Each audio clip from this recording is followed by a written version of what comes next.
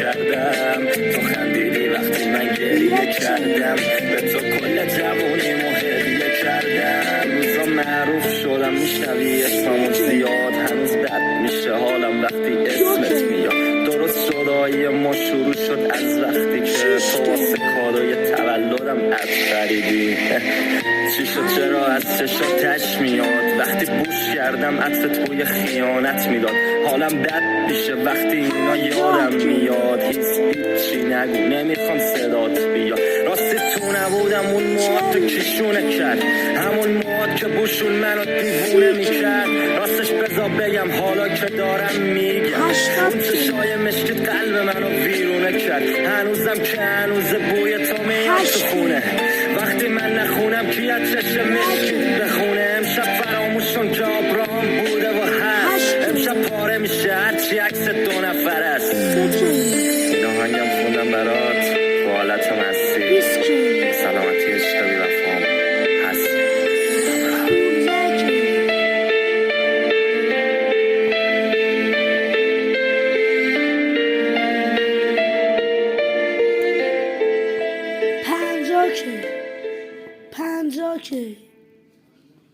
پنجاه کی لایک، 8 کی لایک، 20 کی لایک،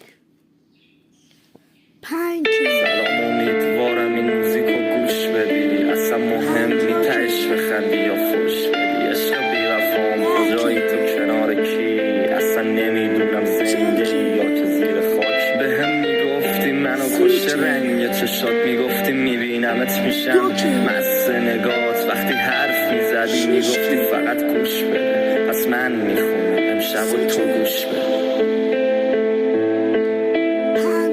درسته رفتی ولی هنوز یادم هست، اون روزایی که بودی پیشم یادت هست. قدم میزدیم تو خیابونا دست تو دست، که اون چشات رو همه چشامو بست. همیشه میگفتی قول میدم از پیشت نرم، ولی رفتی. رفتنت این قلب و شکست، حالا پر شد بین ما از فاصله ها. من ستاره شدم تو رفتی تو خاطرت ها. سر چشای تو چشامو من نز کردم، سر موتا بودم خیلی یارو رد کردم. تو خندیدی وقتی من گریه کردم، به تو کل جوونیمو هدیه کردم.